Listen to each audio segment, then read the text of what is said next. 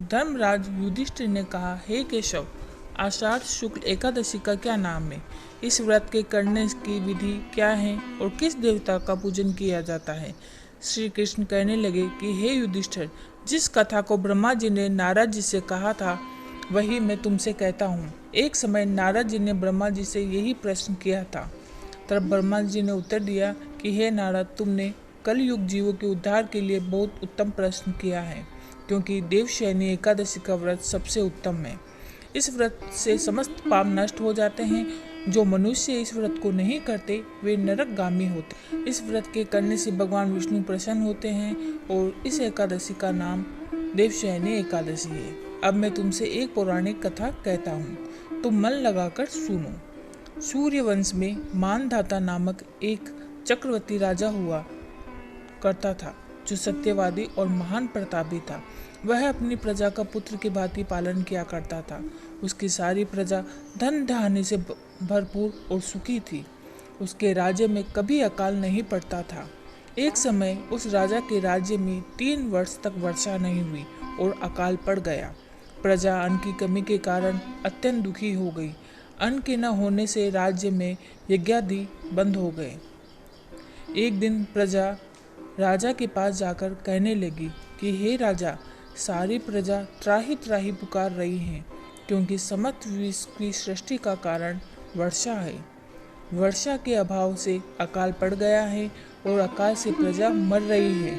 इसलिए हे राजन, कोई ऐसा उपाय बताओ जिससे प्रजा का कष्ट दूर हो। राजा मानधाता कहने लगे कि आप लोग ठीक कह रहे हैं।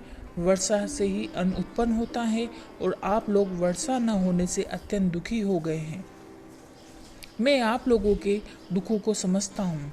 ऐसा कहकर राजा सेना साथ लेकर वन की तरफ चल दिए। वह अनेक ऋषियों के आश्रम में भ्रमण करता हुआ अंत में ब्रह्मा जी के पुत्र अंगिरा ऋषि के आश्रम में पहुंचा।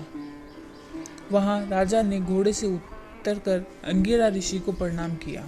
मुनि ने राजा को आशीर्वाद देकर कुशल श्रेम के पश्चात उनसे आश्रम में आने का कारण पूछा। राजा ने हाथ जोड़कर विनती भाव से कहा कि हे भगवान, सब प्रकार से धर्म पालन करने पर भी मेरे राज्य में अकाल पड़ा है। इससे प्रजा अत्यंत दुखी है। राजा के पापों के प्रभाव से ही प्रजा को कष्ट होता है।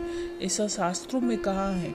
जब मैं धर्मानुसार राज्य करता हूँ तो मेरे राज्य में अकाल कैसे पड़ गया, इसके कारण का पता मुझको अभी तक नहीं चला। अब मैं आपके पास इसी संदेह को निवृत्त कराने के लिए आया हूँ। कृपा करके मेरे इस संदेह को दूर कीजिए, साथ ही प्रजा के कष्ट को दूर करने का भी उपाय बताइए। इतनी बात सुनकर ऋषि कहने लगे कि हे राजन, यह सतयुग है, सब युगों में उत्तम है। इसमें धर्म को चारों चरण सम्मिलित हैं, अर्थात इस युग में धर्म की सबसे अधिक उन्नति हुए। लोग ब्रह्म की उपासना करते हैं और केवल ब्राह्मणों को ही वेद पढ़ने का अधिकार है। ब्राह्मण की तपस्या करने का अधिकार रख सकते हैं, परंतु आपके राज्य में एक शूद्र तपस्या कर रहा है। इसी दोष के कारण आपके राज्य में वर्षा नहीं हो रही। इसीलिए यदि आप प्रजा का भला चाहते हो तो उस शूद्र का वध कर दो। इस पर राजा कहने लगे कि महाराज, मैं उस निरपराध तपस्या करने वाले शूद्र को किस तरह मार सकता हूँ? आप इस दोष से छूटने का कोई दूसरा उपाय बताइए। तब ऋषि कहने लगे कि हे राजन, यदि तुम अन्य उपाय जानना चाहते हो तो सुनो। आषाढ़ मास के शुक्ल पक्ष की पद्या नाम की एकादशी का विधि पूर्वक व्रत करो। व्रत के प्रभाव से तुम्हारे राज्य में वर्षा होगी और प्रजा सुख प्राप्ति करेगी। क्योंकि मास के शुक्ल पक्ष की देवशयनी एकादशी का विधि पूर्वक व्रत करो। व्रत के प्रभाव से तुम्हारे राज्य में वर्षा होगी और प्रजा सुख प्राप्त करेगी, क्योंकि इस एकादशी का व्रत सब सिद्धियों को देने वाला है और समस्त उपद्रवों को नाश करने वाला है। इस एकादशी का व्रत तुम प्रजा, सेवक और मंत्रियों सहित करो। मुनि के इस वचन को सुनकर राजा अपने नगर वापस आ गए और उसने विधि पूर्वक एकादशी का व्रत किया। इस व्रत के प्रभाव से वर्षा हुई और प्रजा का सुख पहुंचा। इस मास की एकादशी का व्रत सब मनुष्यों को करना चाहिए।